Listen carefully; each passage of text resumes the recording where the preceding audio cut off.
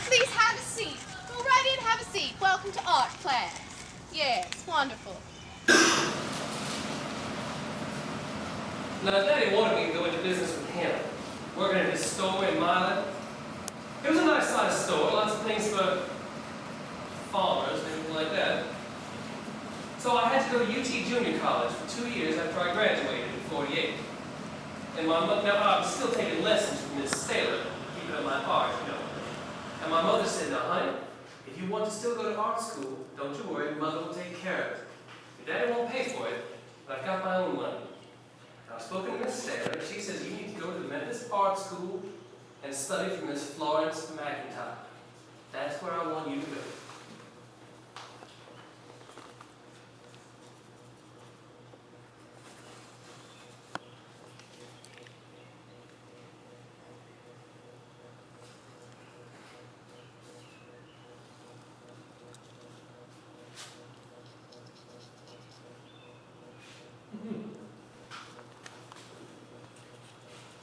Miss McIntyre held sway for many years at the Art Academy. Now, there had been a disagreement between Miss McIntyre and some of the faculty and students at the Academy of Art who had a more, I would say, progressive idea about art. In fact, the split became so big that Miss McIntyre had to move her classes clear across the street, so that for a time, there were two art schools facing each other right here on Adams. Now, Miss McIntyre taught the Victorian style of painting. You can paint like a still life with some flowers, or a bowl of fruit, or a landscape. And that was the way I had been trained.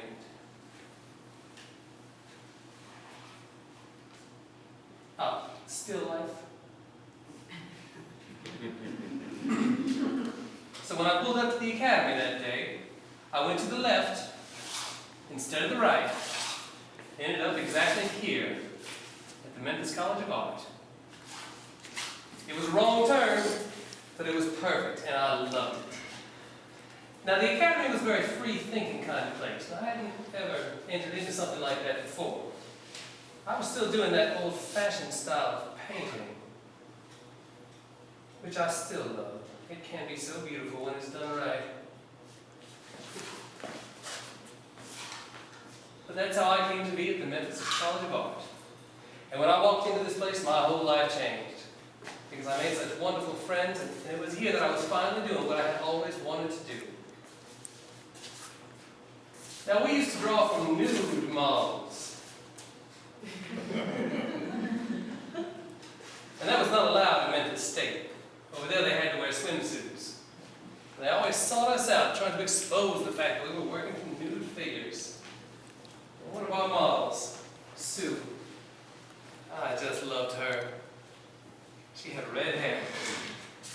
And it was with Burton Callaghan one day, I will never forget it. We were in his class, but we had these little things to sit on the floor. And now, I was from a very Victorian family. I had never seen a woman nude in my life. And Burton comes in and walks around, and he sees me sitting down there drawing, and he reaches down and he says, now, Charles, I do think that your drawing will be so much better if you look at the model. Of course, everybody started giggling, and I turned scarlet red. He said, it's all right, just go ahead and look at it. I had to live that one down, but of course, we all got used to it. You know, we shared our feelings, we shared our work, and you had that to hold on to. We were like a family. As my friend Bonnie Everson said, it was a golden age of art in Memphis. It all came together. Because everyone knew we were here, but they left us alone to produce all this wonderful work.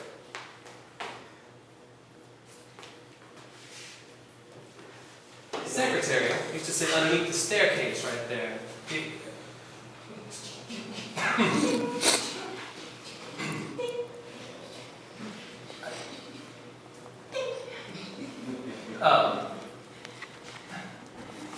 Third floor, of course, top floor was jewelry. Second floor was two-dimensional design, silkscreen. You know, it's sad. When the academy moved to Overton Park,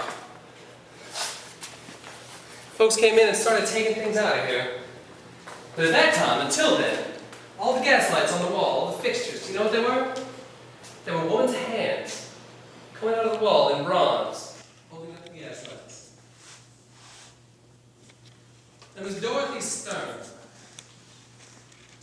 at a place next door, top floor of the Lee House, big huge skylight. It's not there anymore. That was her domain. She was a booger. I was scared to death of her as a young student. She always had a cigarette. I remember she held it like this, and she would, all the time, I could see it.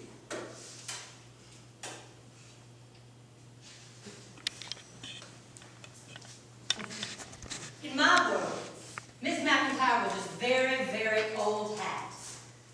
I will never forget any detail on that winged Victoria salmon race, the cast of which we had up on the second floor that was about 1 foot high. I must have sat in front of that fool thing for at least 6 months before Miss McIntyre allowed me to proceed on to something that she considered more clinical. When I ran off to New York and I bumped into abstract expressionism and everything was just so topsy-turvy and I couldn't understand what on earth was going on, but I was so caught up in the whole, and I realized that, well, Miss McIntyre, she really was an old hat. But I wouldn't trade anything now for the discipline that that old gal gave me. She was as hard as granite, a hard rock to crack.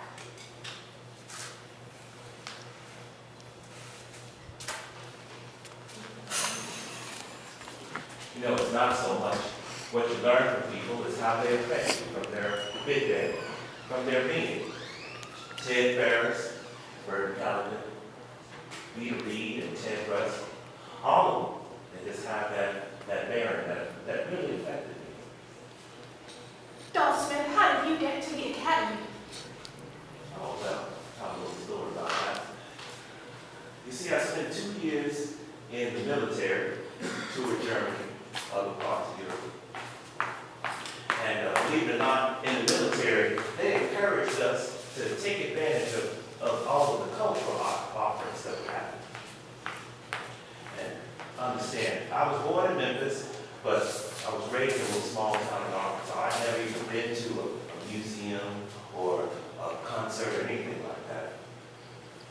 And I felt like that's where a seed was planted deep inside.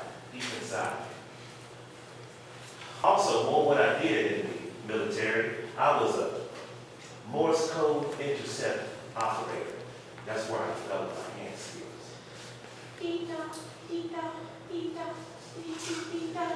What we did was create a sound language that could translate into words that would become a mental picture. For instance, let's say that I did. I'm not losing my mind. But to somebody who understood the code that I was making, I would spell out the word cat, and what they would actually see in their mind, they would picture a cat. Well, one night in Berlin, we went to a concert. We got free tickets, front row seats.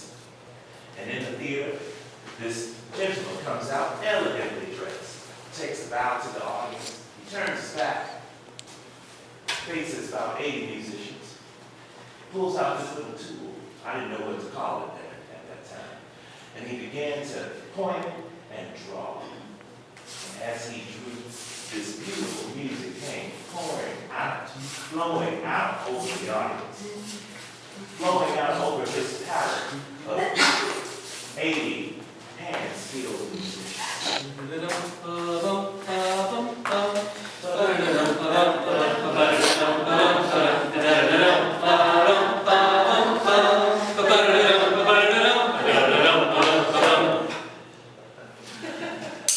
You know, I was so overwhelmed. Tears just flooded down my face. Very next day, I wrote my mother and told her I needed to be in an art school. So, while I was on a ship from Berlin, coming back home, she came right into the Adams Street, registered me for the academy. I I tell you, when I started here, I knew nothing. I was from a small town, and I never had any hands-on skills. The only indicator might have been when I was in high school. I made my one and only A. I copied the picture of a frog out of a science book for a project. I tell you, to live and work as an artist has been a real gift. And a mystery that I will never get over. It was my student friends that made me what I was. That always pushed me to go further. Oh, I was really sort of neat. There were only 9 of us in my graduating class, and I was in 54. They were like brothers and sisters to me, really. It was wonderful. All of us working together, working on the same projects, wanting the same thing in life, and having the same goals. To be an artist.